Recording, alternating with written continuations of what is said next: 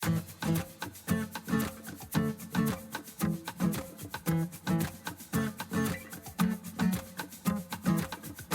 podcast is a quest for well-being, a quest for a meaningful life through the exploration of fundamental truth. Enlightening ideas, insights on physical, mental, and spiritual health. The inspiration is love. The aspiration is to awaken new ways of thinking that can lead us to a new way of being well.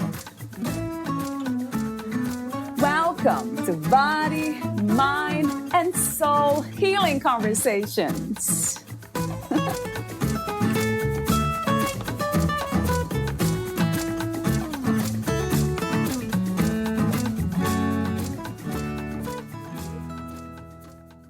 Most of us likely are unaware of how deeply children are impacted by abuse, or how challenging it is to overcome the effects of abuse.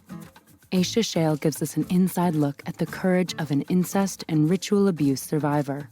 In her book, Life Gave Me Lemons and I Made Champagne, Aisha exposes long-hidden family secrets, as well as her own, and articulates how, in a moment of deep despair at age 16, she took an action that shifted the energetic patterns and behaviors of her entire family. In the midst of setbacks and distress, she decreed, "I won't give in, and I won't give up." At the heart of this compelling story is a woman whose original intention was to reclaim her life, but she uncovered so much more. Valeria Teles interviews Aisha Shael, the author of Life Gave Me Lemons and I Made Champagne. In a search for happiness which seems so elusive to her, Aisha embarked on a journey in 1989, which led her not only to the awareness that she had been deeply traumatized and abused as a child, but also to the reawakening that there is much more to experience than the 5 physical senses. After many years of studying metaphysics and transforming her life, Aisha has emerged with her own synthesis of spiritual insights, gifts, and skills.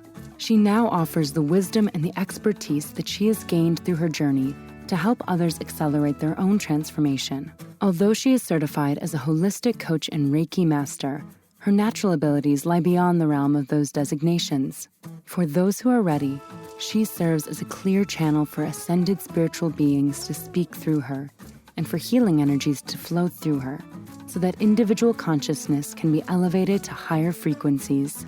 Aisha's passion is to push the limitations of the human experience into the stratosphere of the highest spiritual perception, so that all limitations are transcended, and the human experience then becomes the highest spiritual experience possible, one of infinite light, infinite love, infinite joy, and infinite peace. Meet Aisha at aishashael.com and aishaunfiltered.com. Here is the interview with Aisha Shael.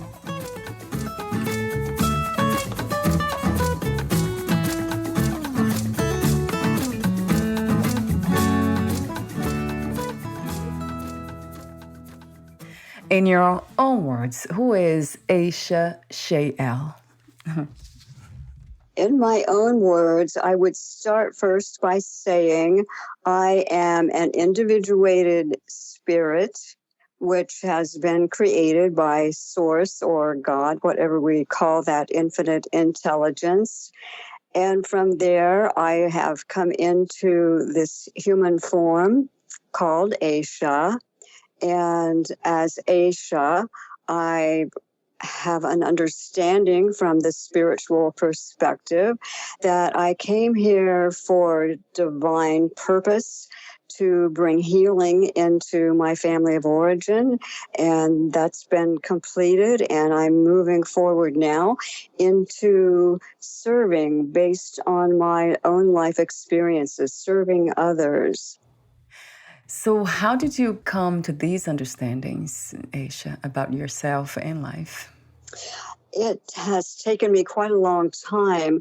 When I was abused as a child, I repressed all of my memories, and those didn't begin coming until I was in my early 40s. And once that happened, I began to question everything about my life. And then I began to see that there's so much more to life than just our human form and the five senses. So it's been rather an unfolding over time. And the more I went into my healing, the more I began to understand there was very much pain in my childhood, but it served its purpose because of the actions that I took actually stopped the ritual abuse. It ended. So I brought forth a new energy signature in my family of origin. What a fascinating healing journey to be in. I'll be asking you more questions in a moment. Before that, it's interesting the way you talk about suffering, that there is a purpose in a way behind that. So would you say that all suffering and pain have a purpose, a higher purpose per se? I can't speak for everyone about that, but certainly that is true in my life. And healing the suffering is what brought me back to my authentic self. And as I did my healing, it's my perception and my belief that I opened up a portal every time I was doing really deep healing work. That portal opened up for others who were maybe spiritually aware and looking for ways to heal, so that my healing, the healing of one is the healing of many. And I feel like that's what I've been working on as I've been healing, giving others that chance and at a spiritual level. And now I'm ready to work with people one-on-one and do things face-to-face with people. I really want to become a speaker and be able to reach out to people from my heart, from this human place. I love the way you talk about reading some of the materials about you, about your book. You talk about infinite mind, infinite love, infinite peace. So how would you describe infinite mind? What is that like? To me, infinite mind, and we are all a part of that, is the overarching intelligence with which we are all connected. It's that overarching energy which holds everything. To me, infinite mind is what brings forth everything, beginning with the sun, the stars, the moon, and then all of the creation came forth from that infinite mind. And it's my perception that we are just actually all held in the infinite mind, having our experiences here. The infinite mind is all overarching and over encompassing everything. It's all held within that infinite mind. That's how I perceive infinite mind.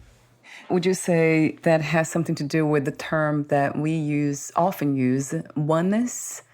Yeah, yes, I think so. It's the same thing in a different term. Infinite mind and oneness, it's all the same thing, just in different terms. I love when you say that my healing is your healing. That's because we are all connected, right, Aisha? Because everything comes from that infinite mind, as you say. So that makes sense that we affect one another. Yes, I think that's true. Certainly, I believe that's true. And if I've been created by that infinite mind, that infinite source, then everything else is also coming forth from that infinite source. And that means we are all connected. We may not be aware of it. I don't know people on the other side of the world face to face, but we still all share that same connecting bond. I have another question for you about the idea of choosing to be here in a human body and to experience all the things that we experience, the suffering, the pain. Is that something that we choose to do, or do you have a different perspective on that? Well, I can't speak again for others, but for me, I believe that I did make the choice to come into this human form and have this unique and direct experience because I brought about healing in the family of origin, and I am now ready to bring to others their own authenticity by helping them connect to their own oneness, the divine mind. And so, yes, I believe I came here. Nobody would come into a life, I don't think, to suffer unless there was some really deep purpose for it, especially the kind of things that I've gone through. Many human beings have not even heard of abuse, the kind that I've gone through. And so for me to have come in with the expectation to go through that and being so divinely supported throughout the childhood when it was taking place, and then the recovery, that I believe is divine purpose. And I agreed to that before I incarnated. So would you say it's a mystery, the opposite of that, per se, when some of us go through horrible experiences and some of us don't leave this legacy, don't engage in healing, or nothing really come out of that?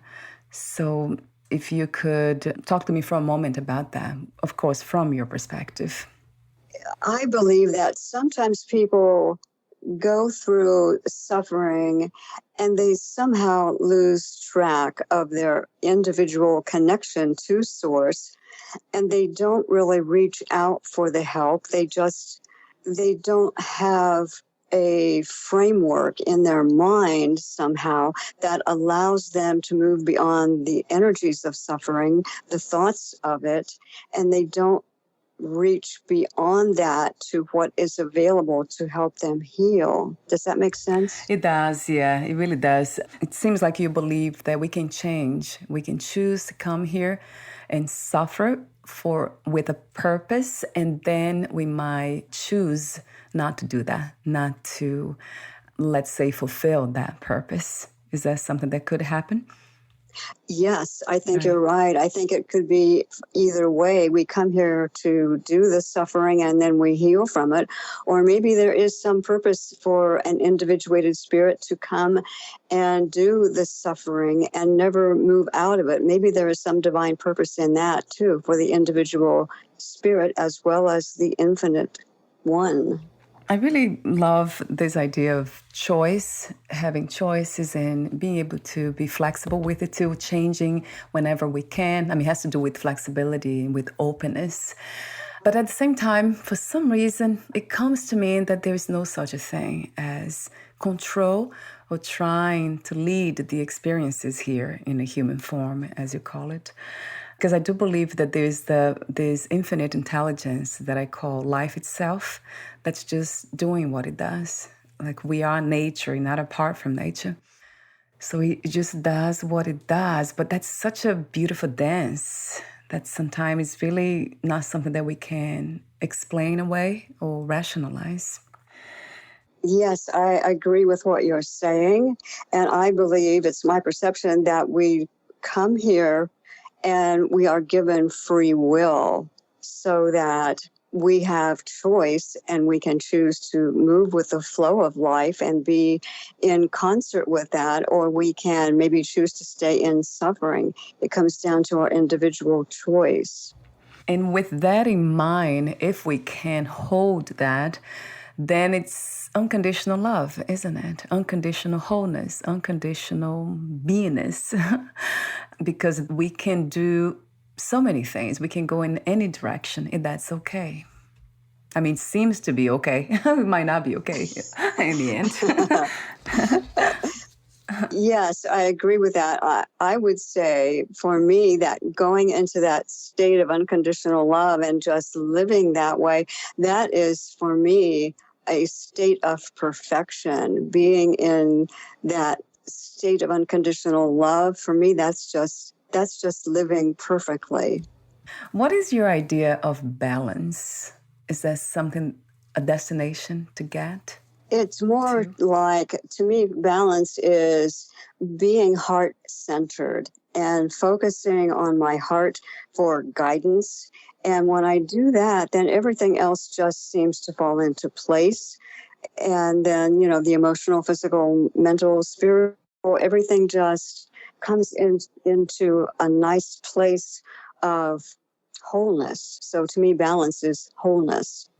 With this dance of life, of just being here in a human body and experiencing all these array of colors, of tastes, of everything else in between. What is liberation? What is freedom, Aisha? What are we looking for in the end?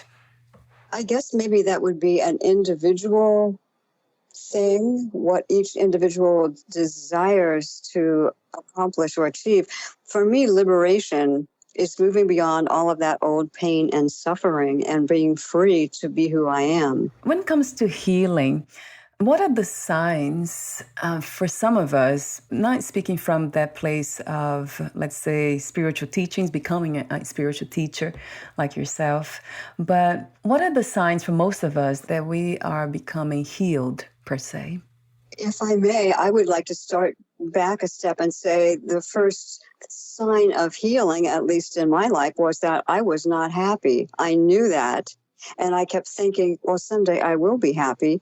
But until I began to take action and look at my life and question everything, that's when the healing really began to take place. So for me, beginning to feel my feelings, that was a major step in the healing process, that I knew I was on track, because I had repressed, even as an adult, I didn't know what it felt like to be angry. I had never had the opportunity to express or experience that. So possibly that goes back to individuals. It's however the individual looks for and wants to see the signs of healing. And how do you define spirituality these days, Aisha? I would say, for me, spirituality is, and I don't mean to offend anyone here, but stepping away from church doctrine and really giving myself the experience of having the freedom to allow God to be fully present in my life and let go of the doctrine about who other people might think God is, and just allow God to reveal God, Goddess self to me, and living in that framework of spirit rather than doctrine and the things that are surrounding us. So in a way, spirituality, the way you describe, it's not really connected to belief systems, is it? For me, no, it isn't. It's being connected to the goddess within me. Would you say it's more connected to intuition, to natural wisdom or inner wisdom? Yes, I agree. I do think so. Yeah, it comes to me, and that's how I tend to look at spirituality. It's something that it feels natural to us in a very individual level, very personal. It's there's something about it that the sense of connectivity with the body, and then the alignment that it has with the mind, thoughts, and then that expands to the outside. And then you see how beautiful this is and what a miracle it is to be here now talking to you, like in this moment. It's amazing, amazes me. And like, this is fulfillment. It's amazing how some of us don't get to realize that. Yes, I agree wholeheartedly with everything that you've just said. Yes. And I think that until I was able to do the healing work and become reconnected with my heart, I just couldn't see the beauty in the world or the beauty in people. So healing and spirituality, they are very much connected too, right, Aisha? Yes, I believe they are, yes. Yeah, healing, spirituality, authenticity, and so on with the goodness, if we can call it that, and separate things. What do you love most about being in a human form? Well, that's a really interesting question. No one has ever asked me that before. I would have to say that it's just experiencing the guidance and the wisdom that's been coming to me, and knowing that this wisdom is from not just my own human experience here. There is actually a higher source, a higher mind that I am connected to, and that there is just so much support and love coming to me from that source, God, goddess, whatever we call that. I think to me that is just the most phenomenal thing, to realize that there's just so much more beyond my human form that I am connected to. And that just kind of not overshadows, that's not the right word, but it just really, it amps up all of the other experiences, knowing, because I was so disconnected from God during my childhood. I had experiences at age 12 that just caused me to build a wall around my heart, so I thought, and that disconnected me. So now that I have healed all of that, it just gives me this wonderful feeling of connection to God and being of service here. At this time, what do you think is the world's greatest need? And do you feel that the events in 2020 are somehow connected to a higher, more elevated way of living and being in this planet? The first part, what I think we need most, is to let go of fear, because it's the fear of what's going on that's holding everything in place and just creating more of it. And the opposite of fear to me is love. So we need more love. And as far as the way of living, I do believe that there is a spiritual awakening going on, and it's manifesting, in my perception, a little bit silently. It's kind of taking place as an undercurrent, and it is changing what we will be experiencing as long as we continue to focus on love and let go of our belief in what media is bringing to us and the fear that's being projected onto us. Yes, I think we'll come out of this in a much better place, and hopefully with much more respect for our individuality, which is at the same time our connection to each other. So you wrote the book, Life Gave Me Lemons and I Made Champagne. I love the title of your book. It always makes me smile when I look at it. Oh, see? Champagne. That is very interesting. So how did you become a writer, and what was the main inspiration and intention of writing your book, Aisha?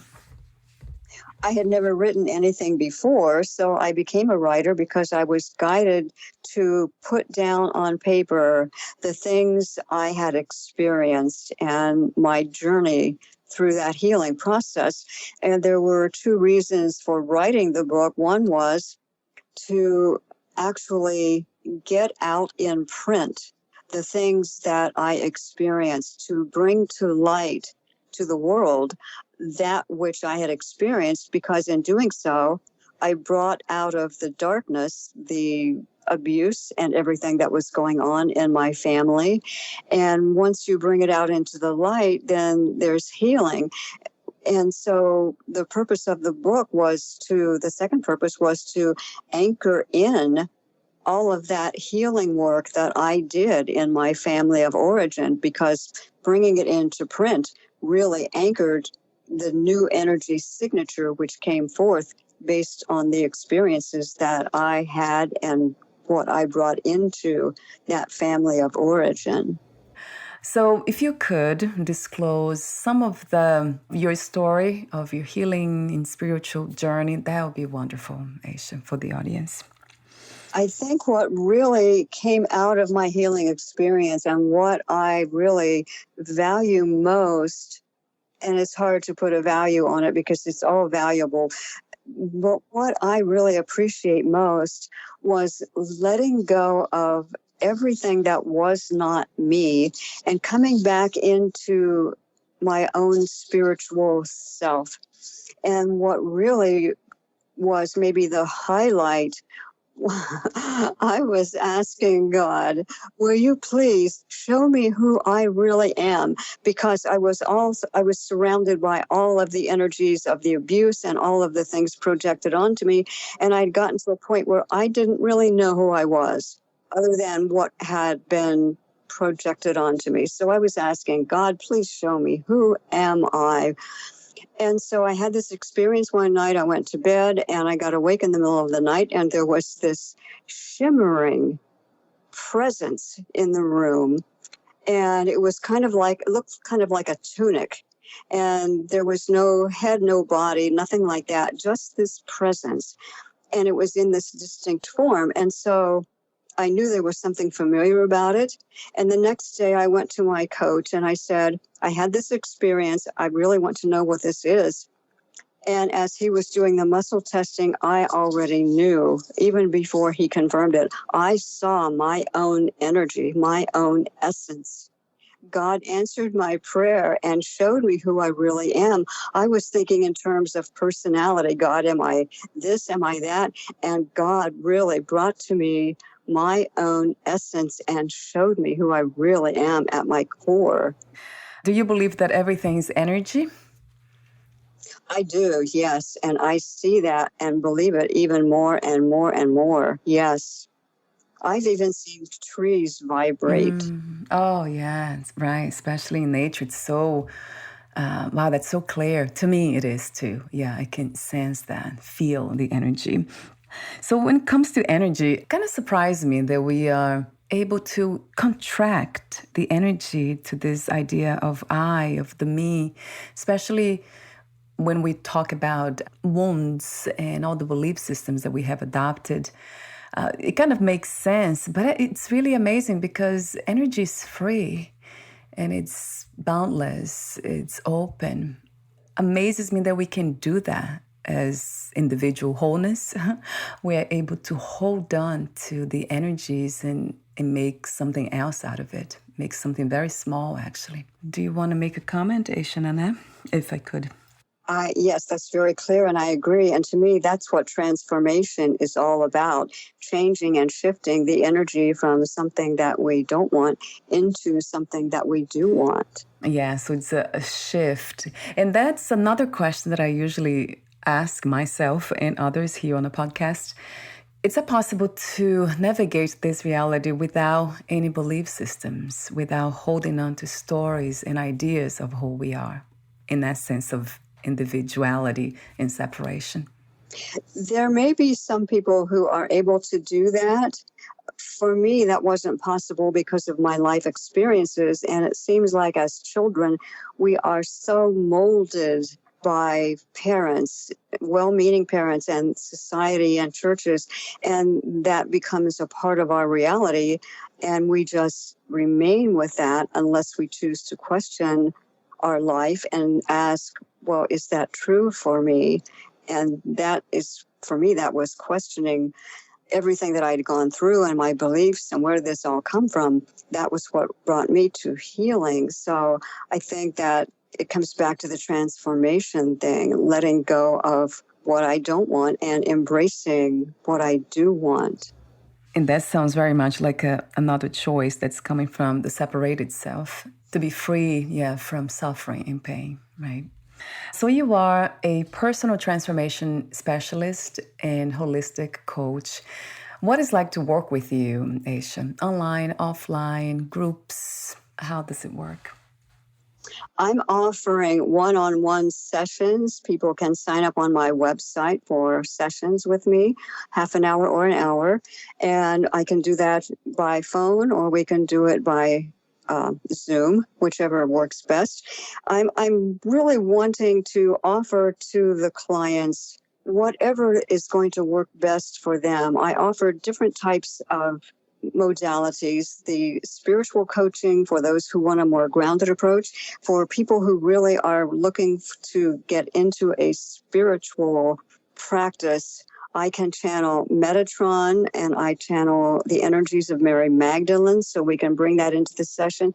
It can be tailored to exactly whatever the client is looking for and needs. When it comes to cults and let's say religious beliefs, all these systems, belief systems, what are the signs that we are getting involved or we are in the midst of that?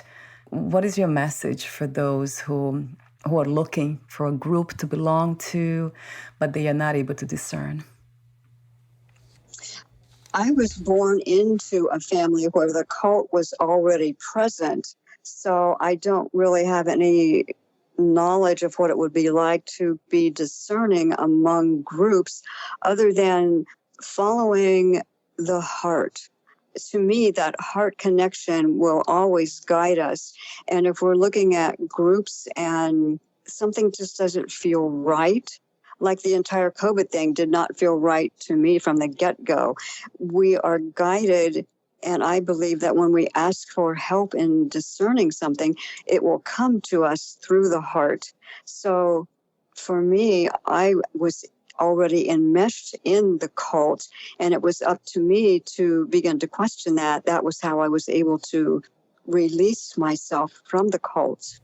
So going back to the heart and its wisdom, it's listening to that voice. It is about love, isn't it, Aisha? So in a way, it's very simple to know. It feels, it's not that it feels right, but there's a feeling, a sense of peace when we are walking in the right direction, per se, or doing something that's good for ourselves and others. There's a sense of peace, has been my experience, which is connected to love. So we're almost at the end. I do have a few more questions for you, the ending questions. Would you like to add anything else or read a passage in your book? I would like to add, it's been such a pleasure to have this conversation with you. You like the deep conversations. I also really enjoy delving into things like that. And if I may, just a bit from the last chapter of my book, courage is what I would consider to be the master key. For me, courage was the way to get through the healing. Courage directed me to look unflinchingly at the truth. It gave me the strength to live when I wanted so very much to die. Courage has been the determinant in my successful transformation, because courage is power. It shores up our life and moves us through any challenge. The word courage comes from the Latin root cor, which means heart. If you browse a thesaurus for a synonym for courage, you probably won't see the word power or spirit, but I perceive that's what courage actually is. Spiritual power coming through the heart, and the heart is our connection to source. And by simply directing that source energy to help us and giving our consent for help, we will consistently receive it. My life is evidence of that. Yeah. Beautiful evidence of that. Thank you so much for your presence in that reality and the wisdom that you allow, this natural and universal wisdom that you allow to flow through you. Thank you again for your presence, Aisha. Thank you. You're welcome.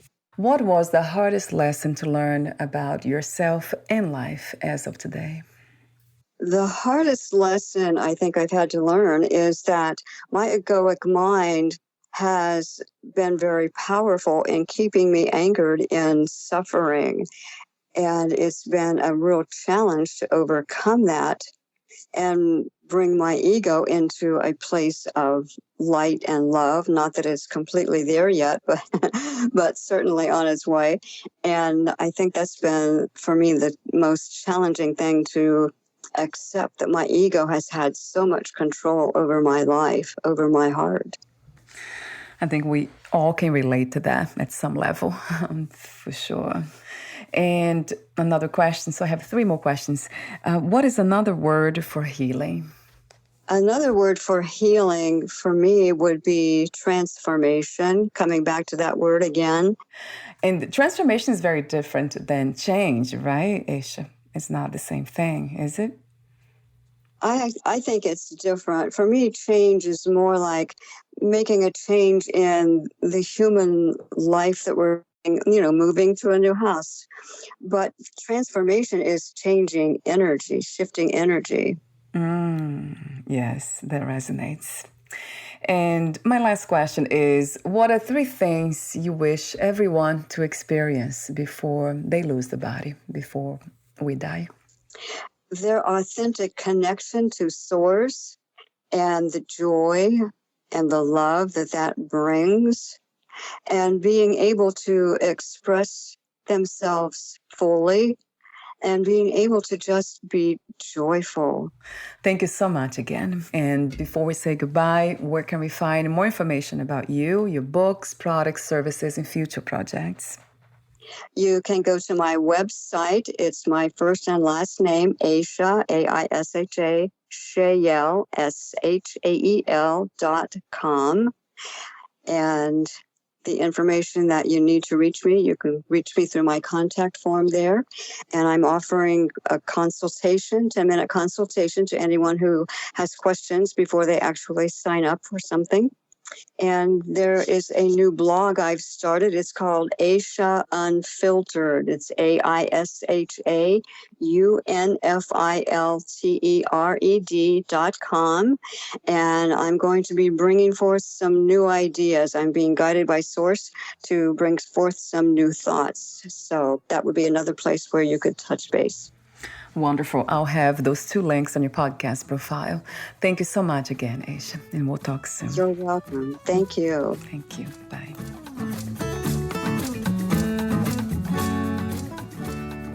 Thank you for listening. To learn more about Aisha Shael and her work, please visit aishashael.com and aishaunfiltered.com.